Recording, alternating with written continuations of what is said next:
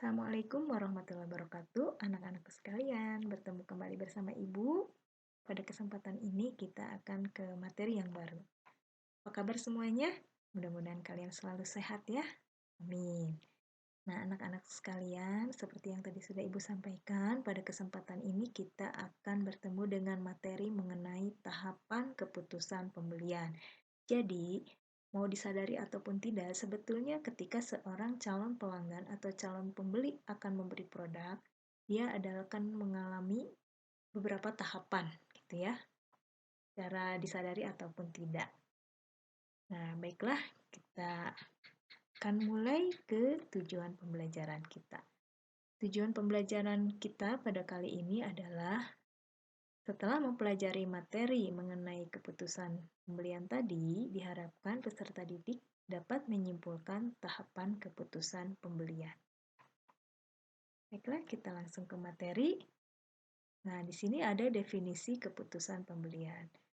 Keputusan pembelian adalah suatu proses pengambilan keputusan konsumen akan pembelian yang mengkombinasikan pengetahuan untuk memilih dua atau lebih alternatif produk yang tersedia, di mana hal ini dipengaruhi oleh beberapa faktor, antara lain kualitas, harga, lokasi, promosi, kemudahan, pelayanan, dan lain-lain.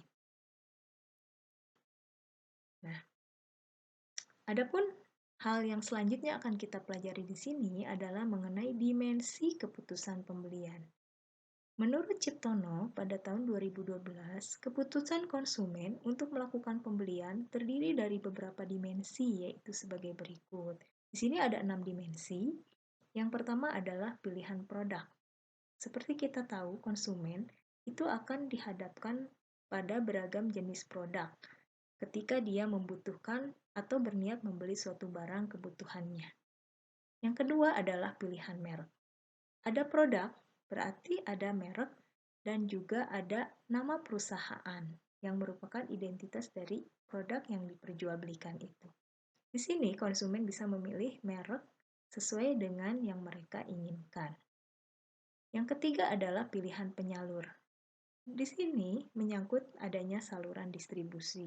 Di sini bisa jadi apakah mereka melalui distributor atau agen produk-produk dengan merek-merek tertentu. Yang keempat adalah waktu pembelian.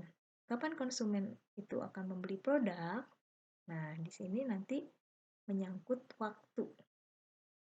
Kemudian yang kelima adalah jumlah pembelian. Berapa banyak barang yang dibutuhkan oleh konsumen?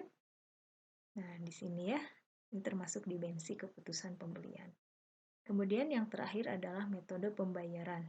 Bagaimana konsumen cara membayar produk yang dibelinya? Nah, itu bisa melalui cash atau non-cash. Nah, sampai sini kalian sudah cukup paham? Ya, kalau sudah kita ke poin yang berikutnya. Yaitu di sini ada proses tahapan keputusan. Keputusan apa? Ya, keputusan pembelian.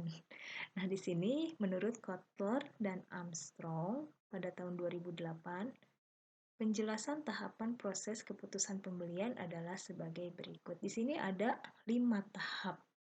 Yang pertama adalah mengenai need recognition atau pengenalan masalah. Harus diteliti dulu mengenai masalah yang berhubungan dengan barang yang dibutuhkan ataupun bagaimana cara dia melakukan keputusannya nanti untuk membeli produk.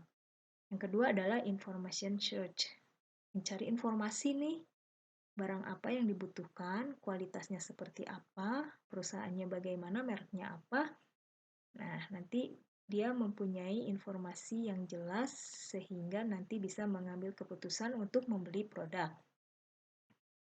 Yang ketiga adalah evaluation of alternative atau evaluasi alternatif. Jadi ada beberapa hal yang bisa dijadikan alternatif atau pilihan di sini ketika produk yang dibutuhkan tidak ada. Atau misalnya bisa jadi dia mempunyai planning terhadap beberapa jenis produk dengan berbagai merek yang sudah dia rencanakan sebelumnya. Yang selanjutnya adalah di sini ada purchase decision atau keputusan pembelian. Barulah dia melakukan kegiatan transaksi jual beli dengan pihak penjual. Dan yang terakhir adalah post-purchase behavior atau perilaku pasca pembelian. Maksud di sini adalah bagaimana dia memperlakukan produk setelah produk itu dia beli. Nah, biasanya ada kalanya si pembeli akan merasa aman membeli produk jika produk itu bergaransi, sehingga jika terjadi sesuatu terhadap produk yang dia beli, dia bisa melakukan klaim ya terhadap toko atau perusahaan yang menjual produk tersebut. Dan ketika ada garansi, dia akan merasa aman membeli produk. Ini sudah kita bahas di pertemuan sebelumnya. Kalian masih ingat? Mudah-mudahan masih ingat ya.